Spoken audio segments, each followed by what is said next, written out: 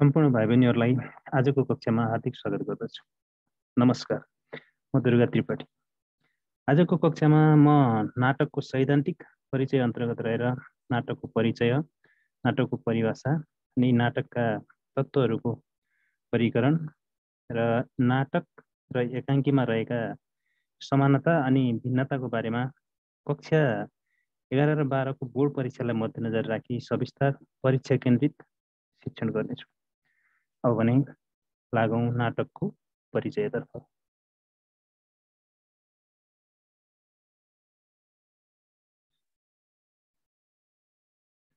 नेपाली नाटक अन्तर्गत नाटकको चाहिँ परिचय।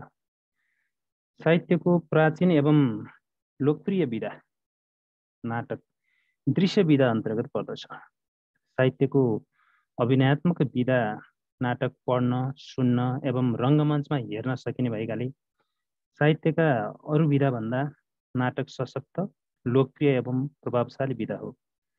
साहित्यका 4 विधा कविता, रूपक, आख्यान र निबन्ध मध्ये रूपक अन्तर्गतको महत्त्वपूर्ण भेदका रूपमा चिन्ने नाटकको पूर्वीय एवं पाश्चात्य दुवै साहित्यमा सशक्त साहित्यिक विधाका रूपमा विकसित भएको पाइन्छ। नाटक शब्दको व्युत्पत्ति संस्कृतको नट धातुमा अक प्रत्यय लागेर बनेको। नट धातुको अर्थ अभिनय गर्नु भन्ने हुन्छ। पश्चिमी साहित्यमा नाटकलाई ड्रामा भनिन्छ। ड्रामाको अर्थ अनुकरण गर्नु अथवा अभिनय गर्नु भन्ने बुझिन्छ। यसरी हेर्दाखेरि नाटकको व्युत्पत्तिगत अर्थलाई हेरेर भनियो भने जीवन र जगतका विषयवस्तुलाई पात्रहरूले अनुकरण गरेर रङ्गमञ्चमा अभिनयात्मक रूपमा प्रस्तुत गर्नु नै नाटक हो भन्न सकिन्छ।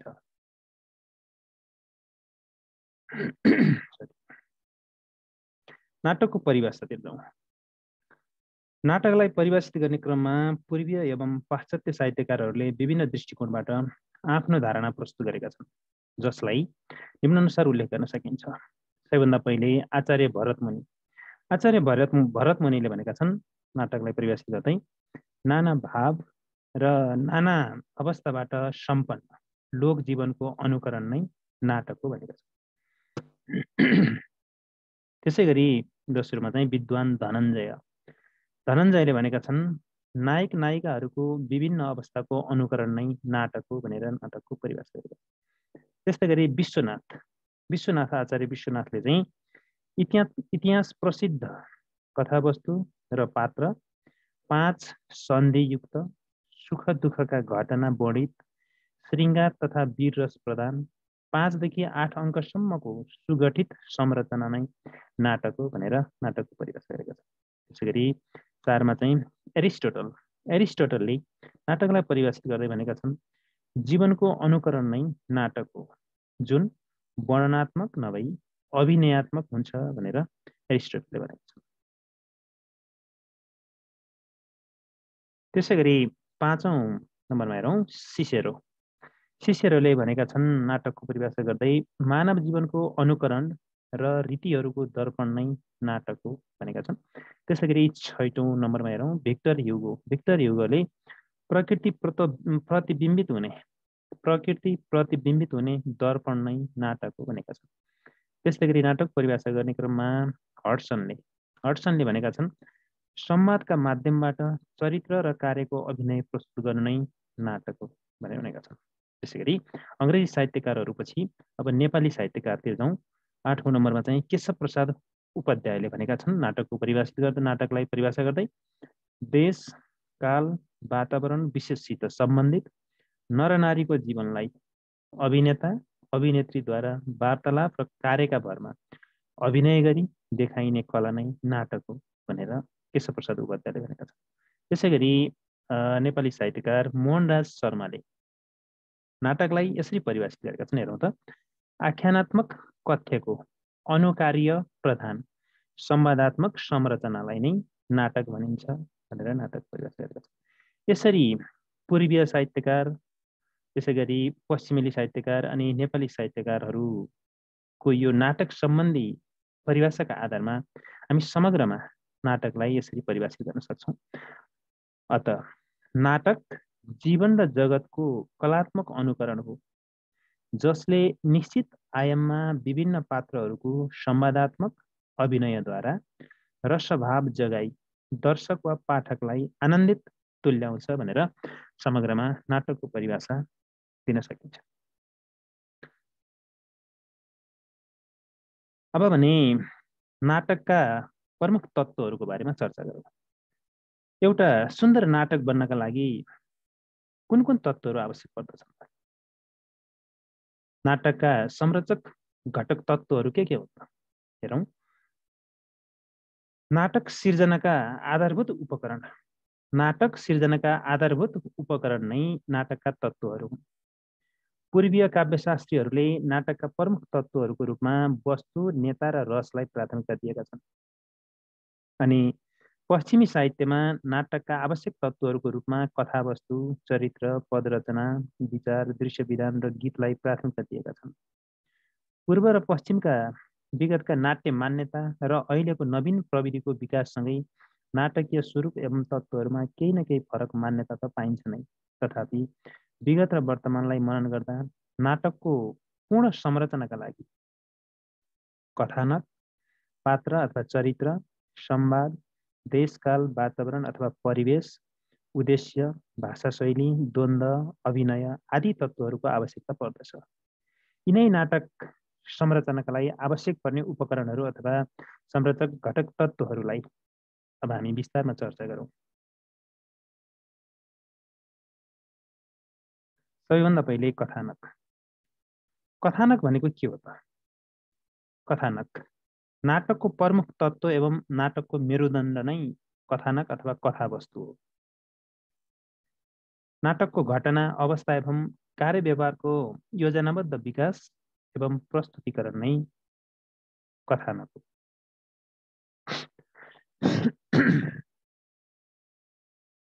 कालको क्रम र कार्यकारण सम्बन्ध श्रृङ्खलाबद्ध रूपमा अगाडि बढेमा नाटकको प्रभावकारिता बढ्नुका साथै नाटक कौतूहलपूर्ण एवं रहस्यमय बन्दछ।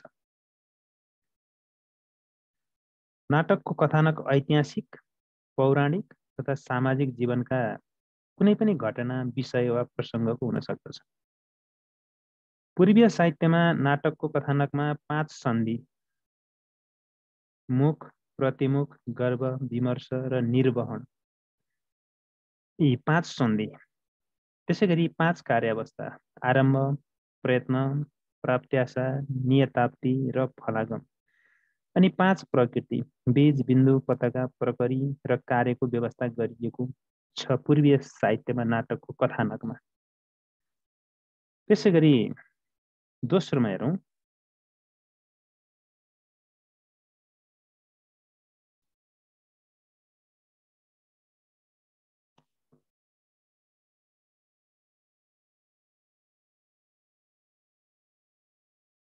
दोस्रोमा पात्र अथवा चरित्र। कथानक अनुसार नाटकमा विभिन्न किसिमका पात्रहरूको संयोजन गरिएको हुन्छ। पहिलेका नाटकहरू कथानक प्रधान भए तापनि आजभोलिका नाटकहरू चरित्र प्रधान नै देखिन्छन्। विशेष गरी चरित्रका हावभाव, अभिनय एवं क्रियाकलापले नै नाटकलाई गति प्रदान गरेका हुन्छन्। चरित्रले नै नाटकीय कार्यव्यवहारलाई सुगठित, सुव्यवस्थित, सर्वपक्षीय विकासमा महत्त्वपूर्ण भूमिका खेलेका हुन्छन्। पात्र नै आफैमा वक्ता अनि कार्यकर्ताका रूपमा आएका हुन्छन्। पात्र नै नाटकीय द्वन्द्व एवं मानवीय विचार र बुद्धिका संवाहक बनेका हुन्छन्। पात्र अथवा चरित्रकै माध्यमबाट नाटककारले पाठक सामु आफ्नो जीवन दर्शन र उद्देश्यलाई समसामयिक बनाई मौलिक पाराले प्रस्तुत गर्दछन्। नाटकमा पात्रहरू कथा, परिवेश, स्तर सुहाउँदा र स्वाभाविक हुनुपर्छ। नाटकमा कार्य र भूमिकाका आधारमा मुख्य, सहायक र गौण पात्रहरू हुन्छन्। त्यस्तै गरी तेस्रो तत्त्व हो संवाद। पात्रहरू बीचमा हुने कुराकानीलाई नै संवाद भनिन्छ। पात्रहरू बीचमा हुने कुराकानी नै संवाद हो। नाटकमा पात्रले अन्य पात्रसँग मात्र नभएर आफ्नै मनसँग पनि कुराकानी गर्दछ। संवादबाट नै नाटकीय कथावस्तुको विकास हुन्छ, पात्रको चारित्रिक स्वभावको उद्घाटन हुन्छ अनि नाटकीय भाव एवं अभिष्ट उद्देश्य प्रकटीकरण हुन्छ। साहित्यका अन्य विधाबाट अलग गर्ने आधार भनेको नै संवाद हो। नाटकलाई साहित्यका अन्य विधाबाट अलग गर्ने आधार नै संवाद हो। नाटकको प्राण तत्त्व नै संवाद भएकाले संवाद बिना नाटकको परिकल्पना गर्नै सकिँदैन। संवाद पात्र अनुकूल, पात्रको स्तर सुहाउँदो एवं प्रभावपूर्ण, सरल, सरस, सहज, स्वाभाविक, स्पष्ट एवं सर्वग्राह्य हुनुपर्दछ। थोरैमा धेरै भन्न सकिने संक्षिप्त संवाद नै नाटकमा प्रभावकारी हुन्छ। संवाद गद्य र पद्य दुवै हुन सक्दछ। संवादमा वास्तविकता र व्यावहारिकतालाई ख्याल गर्नुपर्दछ। पात्र अनुकूल स्वाभाविक एवं सम्प्रेषणीय संवादले नै नाटकलाई जीवन्तता प्रदान गर्दछ, नाटक लोकप्रिय बन्दछ। त्यसै गरी चौथो तत्त्वका रूपमा हेरौँ, देशकाल वातावरण परिवेश। देश भन्नाले ठाउँ विशेषलाई बुझिन्छ भने काल भन्नाले भूत वर्तमानकालीन समय विशेषलाई अनि वातावरण भन्नाले सामाजिक, आर्थिक, राजनीतिक, धार्मिक, पारिवारिक पक्षसँग सम्बन्धित रहनसहन, रीतिरिवाज, वेशभूषा, चालचलन, आचार विचार, परिस्थिति एवं पर्यावरण भन्ने बुझिन्छ। नाटकीय कथाका घटनाहरू कुनै न कुनै देशकाल वातावरणसँग सम्बन्धित हुन्छन्, जसलाई परिवेश पनि भनिन्छ। विषयवस्तुको विश्वसनीयता एवं पात्रको वास्तविकता चित्रण गर्न वर्णित विषय र घटना तथा कार्यव्यवहार जुन देशकालमा घटित भए त्यस समयको समग्र वातावरणीय चित्रण नै देशकाल परिवेश चित्रण हो। रङ्गमञ्चीय नाटकमा परिवेशको चित्रण मञ्चको सजावटबाट हुन्छ भने पाठ्य नाटकमा परिवेशको चित्रण कोष्टकमा वर्णन गरिन्छ। देशकाल वातावरणको चित्रण सत्यता र प्रामाणिकताका आधारमा प्रभावशाली ढङ्गले भएको नाटक स्तरीय एवं लोकप्रिय हुन्छ। त्यसै गरी अब पाँचौं तत्त्व उद्देश्य। नाटकको पाँचौं तत्त्व उद्देश्य। उद्देश्य भनेको के हो त? हेरौँ कस्तो भूमिका हुन्छ त नाटकमा। नाटककारले आफ्नो विचार व्यक्त गर्नु नै नाटक सिर्जनाको मूल उद्देश्य हो। नाटककारले आफ्नो विचार अभिव्यक्त गर्नु नै नाटक सिर्जनाको मूल उद्देश्य हो। नाटककारले पाठक वा दर्शकलाई बौद्धिक प्रभाव पार्ने, सामाजिक यथार्थता प्रस्तुत गर्ने, आदर्श सन्देश दिने, शिक्षा प्रदान गर्ने, मानवता र समाज सुधारको सन्देश दिने, मनोरञ्जन वा आनन्द प्रदान गर्ने उद्देश्य राखेको हुन्छ। पूर्वीय साहित्यमा धर्म, अर्थ, काम, मोक्ष र रस प्राप्ति नाटकको उद्देश्य मानिएको छ भने पाश्चात्य साहित्यमा मानवीय मनको विरेचनलाई, मानवीय मनलाई सफा गर्ने, विरेचन गर्ने, परिष्कार परिमार्जन गर्ने, यानि कि मानवीय मनका कल्मशहरूलाई हटाउने मनको विरेचनलाई नै, मानवीय मनको विरेचनलाई नै नाटक सिर्जना गर्नुको उद्देश्य मानिएको पाइन्छ। त्यसै गरी नाटकको अर्को छैटौं तत्त्व भाषा शैली। भाषा शैली हेरौँ त। भाषा विचार अभिव्यक्तिको माध्यम हो। कार्यव्यापार र विचार सम्प्रेषणको आधार भाषाको प्रयोग पात्र सुहाउँदो, देशकाल वातावरण सुहाउँदो र सरल, सरस, सहज एवं सुबोध्य हुनुपर्छ। शैली भनेको विचार अभिव्यक्तिको ढङ्ग अथवा तरिका हो। नाटक संवादात्मक गद्य र पद्य दुवै शैलीमा लेखिन्छ। विषयवस्तु र उद्देश्य अनुसार फरक फरक शैलीमा नाटक लेखिन्छ। नाटकको शैली आकर्षक र रुचिपूर्ण हुन जरुरी छ। भाषा शैली जति रुचिपूर्ण भयो त्यति नै पाठकहरूका बीचमा नाटक लोकप्रिय हुन्छ र नाटकले जीवन्तता पाउँछ। त्यस्तै गरी अर्को सातौंमा द्वन्द्व। द्वन्द्व भन्नाले नाटकको कथानकमा परस्पर विरोधी पात्रहरू बीचको पारस्परिक सम्बन्धलाई बुझाउँछ। द्वन्द्व आन्तरिक र बाह्य गरी दुई प्रकारको हुन्छ। सत र असत पात्र बीचको द्वन्द्व बाह्य द्वन्द्व हो भने पात्रको मनोगत विरोधी भावनाहरू बीचको द्वन्द्व आन्तरिक द्वन्द्व हो। स्वाभाविक द्वन्द्वले नाटकीय उच्चता प्रदान गर्दछ। त्यस्तै गरी अभिनय। अभिनय नाटकको अत्यावश्यक तत्त्व हो। नाटकको पूर्ण सफलता अभिनेताहरूको कुशल अभिनयमा झल्कन्छ। अभिनय सशक्त एवं प्रभावकारी भएमा दर्शक एवं श्रोता आफू र अर्काको भेदभाव भुलेर पात्रकै सुख र दुःखमा एकाकार भएर मन्त्रमुग्ध भई नाटक हेर्न र सुन्न थाल्दछ। त्यसमा नै नाटकको सफलता ठहर्छ। आङ्गिक, वाचिक, आहार्य, सात्विक अभिनय जति सशक्त हुन्छ त्यति नै नाटक सफल एवं लोकप्रिय हुन्छ।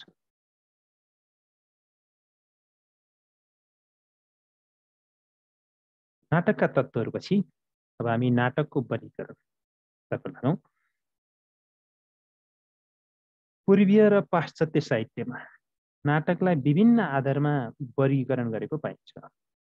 पूर्वीय साहित्यमा नाटकलाई रूपकको एक प्रमुख भेदको रूपमा चर्चा गरेको पाइन्छ, जहाँ रूपकका 10 भेदहरू नाटक, प्रकरण, भाड, प्रहसन, डेम, वियोग, समवकार, विधि, अङ्ग, अङ्क, इहा मृग रहेका छन्। पाश्चात्य साहित्यमा भने नाटकको अन्त्यका आधारमा नाटक सुखान्त र दुखान्त गरी 2 भेद रहेको पाइन्छ।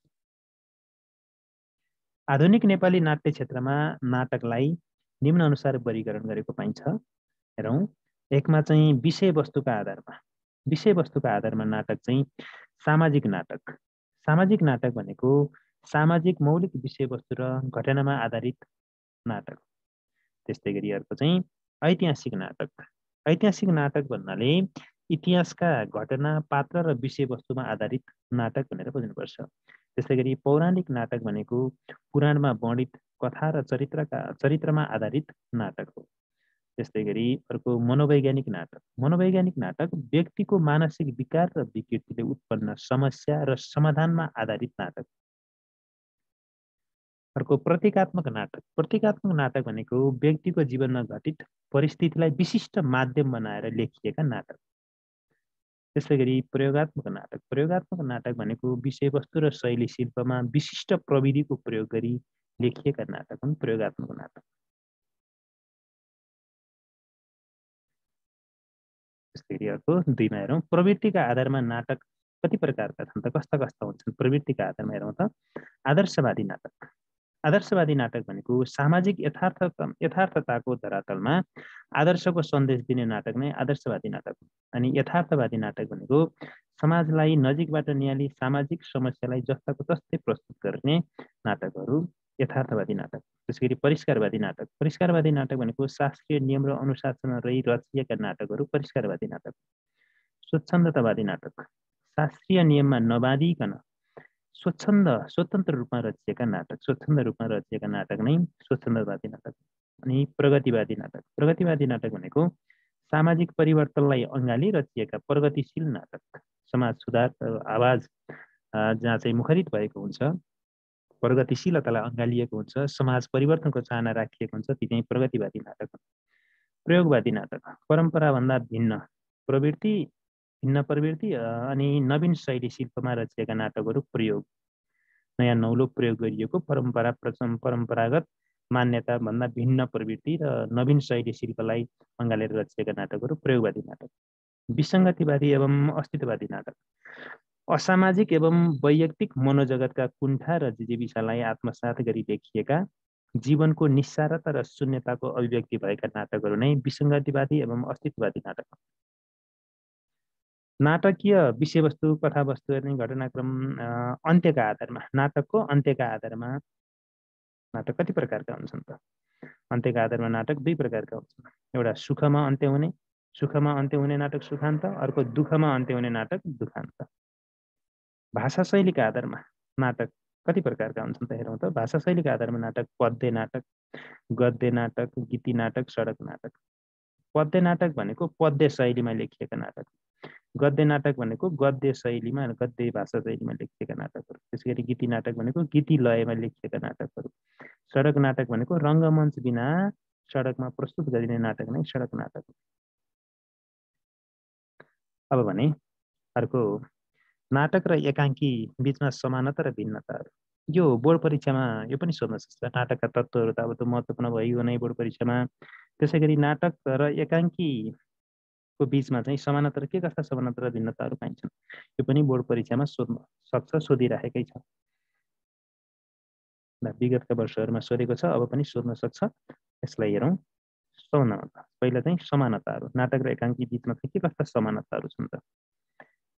नाटक र एकाङ्की दुवै रूपक विधा अन्तर्गत पर्ने दृश्य साहित्य हुन्। दुवैका संरचक तत्त्वहरू मूलभूत रूपमा समानता नै हुन्छ। नाटक र एकाङ्कीका तत्त्वहरू उस्तै हुन्छन्, एउटै हुन्छन्, समानता नै हुन्छ। दुवैको प्रस्तुति अभिनय मार्फत हुन्छ। नाटक पनि अभिनय मार्फत र एकाङ्की पनि अभिनय मार्फत नै प्रस्तुत हुन्छ।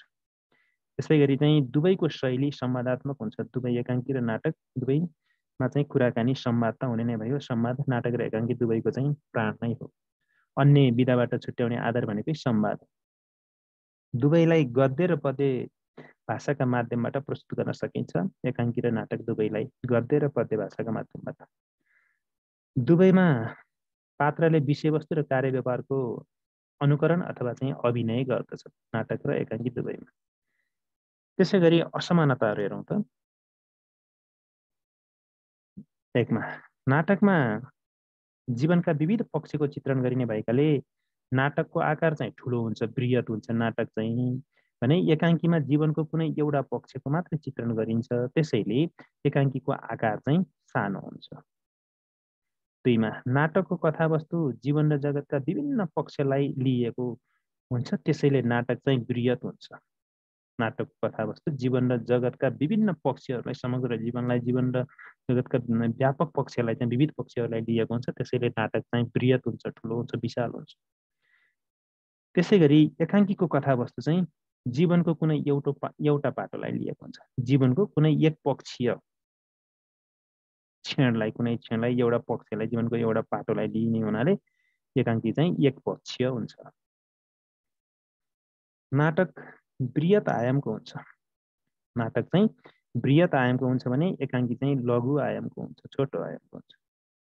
त्यस्तै गरी नाटक 4मा नाटकमा बहुल पात्रहरू आएका हुन्छन्। विभिन्न प्रकृतिका धेरै पात्रहरू आएका हुन्छन् नाटकमा, भने एकाङ्कीमा थोरै पात्रहरू, सीमित पात्रहरू हुन्छन्। नाटकमा कार्य, विषय र उद्देश्य व्यापकता हुन्छ, भने एकाङ्कीमा कार्य, विषय र उद्देश्य एकोन्मुख हुन्छ। नाटकमा अन्वितित्रय यानि कि स्थान, समय र कार्यको चाहिँ पालना न्यून हुन्छ, भने एकाङ्कीमा चाहिँ यो स्थान, समय र कार्यको यो चाहिँ अन्वितित्रय चाहिँ ज्यादा हुन्छ, एकाङ्कीमा धेरै हुन्छ, ज्यादा हुन्छ। त्यसै गरी अन्तिममा हेरौँ नाटक र एकाङ्कीको असमानता अन्तर्गत चाहिँ नाटक 3 घण्टाभन्दा बढी समयको हुन्छ। नाटक चाहिँ 3 घण्टा वरिपरिको अथवा 3 घण्टाभन्दा बढी समयको हुन्छ, भने एकाङ्की त आधा घण्टासम्मको हुन्छ, छोटो हुन्छ। आधा घण्टासम्ममा चाहिँ एकाङ्की संरचित हुन्छ, यानि कि अभिनय चाहिँ आधा घण्टा वरिपरिको हुन्छ। एकाङ्कीको कुरा गर्ने हो भने यो छोटो हुने नै भयो, आधा घण्टासम्मको हुन्छ। एकाङ्की भने नाटक चाहिँ बृहत हुन्छ, त्यसैले 3 घण्टाभन्दा बढी समयको हुन्छ नाटक।